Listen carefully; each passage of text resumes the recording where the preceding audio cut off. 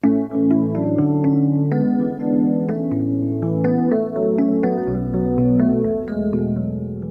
guys, today I would like to talk to you about sex and consent. Kind of a bit of a taboo subject that is very often talked about in a humorous, kind of bad way.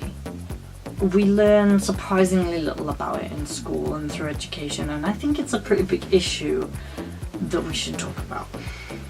I didn't really get most of what sex was about probably until I was about 18. I'd lost my virginity at the age of 16 and I didn't really know at the time what I was doing. I knew I was in safe hands with someone I can say I loved at the time, and it didn't feel great, but it didn't feel bad. But it did put a lot of strain on our relationship and my relationship with him as a friend as a result. There's a lot of stigma attached to the idea that if you were at college or uni and you were still a virgin, it was out of the ordinary, that something was wrong with you if you get to the age of 18 and you haven't had any sexual experience. Friends, people I knew used to joke that their first time wasn't very good or even a positive one.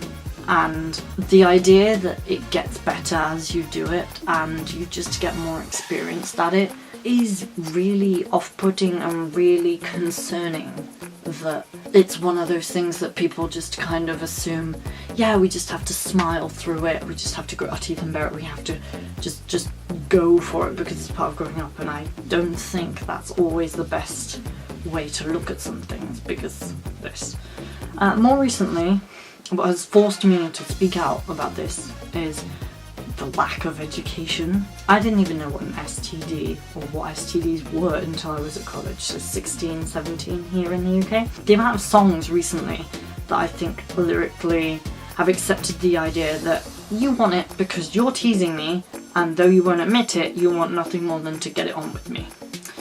When I started listening to these lyrics, it became really apparent to me that too much of music is put out there by male singers is about sexing up the love with the lady, and it's not so much, it just makes it a really unlevel playing field, because women in songs are very often treated as objects, and actually even female singers and songwriters are deliberately flirty or dressed to appeal as a default to a male audience. This message isn't being portrayed clearly enough, that actually there are perfectly valid relationships out there which don't involve sex, and there are loads of amazing people out there that don't, and I think both of those are perfectly acceptable ways to live, and I don't think we should really be judging anyone. We should really be encouraging people to talk about their experiences, I think is the main key point here. It's kind of how we teach people about the benefits, the dangers, and that it's something that's actually normal in most circumstances, that it's actually really immoral to ask someone to do something that they don't want to do, whether that is an emotional or a physical experience. It's not right that you should force yourself on someone or assume that because they have that look in their eye that they somehow want nothing more than to do it with you. I think it's really important that only at the time when both parties are ready, that's when you have the conversation, that's when you talk about it, that's when you do it.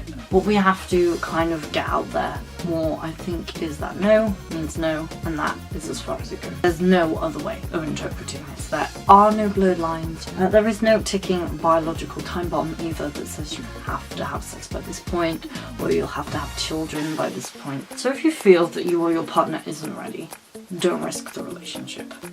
You need to talk to each other honestly and openly, and remember that while it's hard to admit sometimes, we are better off alone than in a compromising relationship in which something as important as this is taken from us when we are not ready. What I guess I'm trying to say is you don't want to jeopardize that, and I hope that you guys find a loving, compassionate relationship and are as lucky as me that I don't feel that sex is the be-all and end-all of that relationship and encompasses everything. I will see you next week for another T5TG. Keep happy, keep smiling.